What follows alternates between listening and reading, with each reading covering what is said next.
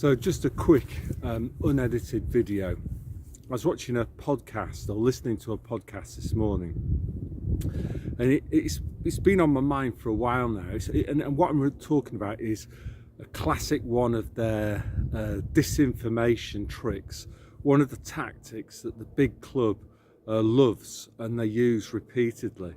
And that tactic, I suppose, is it's just trying to sow confusion, basically. So what they'll often do is they'll have a podcast with some sort of actor on it, one of their big club actors. And what that big club actor will do is that they'll throw in some genuine information. They will say some things that are quite revelatory of their methods. And that you can get some great information about what they're up to. But then at the same time, what they'll also do is to throw in some utter nonsense. And the idea of doing that is that you then start to doubt the previous stuff that they told you. So you just get into the final situation is where you just can't be sure of anything. And you've created like an inaction, a state of disorientation. People just don't know what to do because they can't discern between what's true and what's not. And then I suppose a good example of this would be, remember Richard D. Hawley's last interview with Delingpole. First half of it's really great, and then Delingpole tries to trap Richard D. Hall by getting him to talk about flat Earth.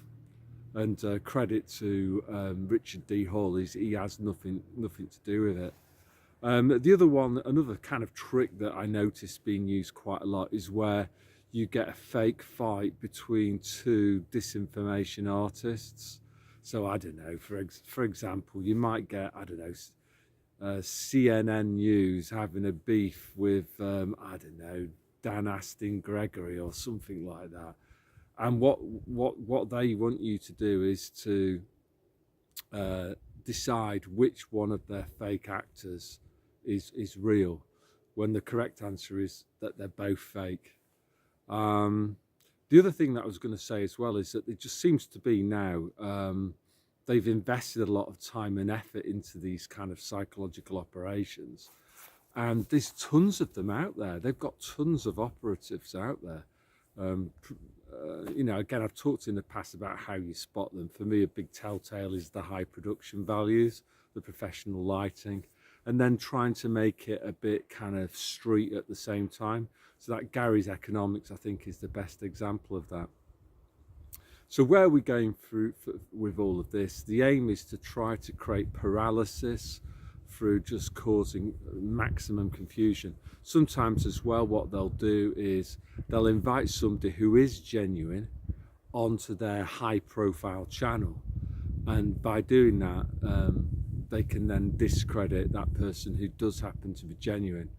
I've certainly seen that. I'm not going to say who, because there's no kind of point in that, but that certainly does happen as well.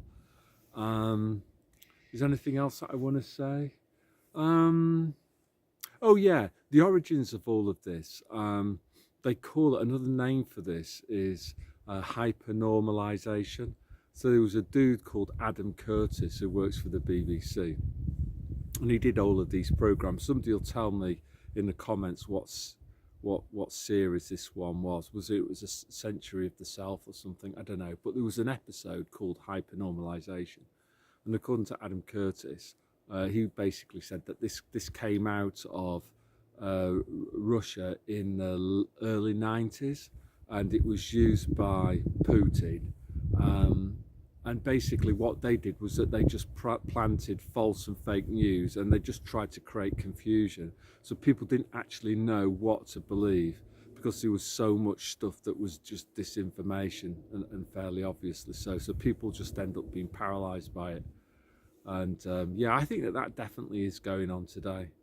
So something positive. Well, how can we get a positive out of all of this? I think what I would love to see is just more of you lot doing videos like this. Anyone can set up a YouTube channel and just talk to the camera, and just because I think what we just need is more whole lot more of authentic grassroots people telling it how it is.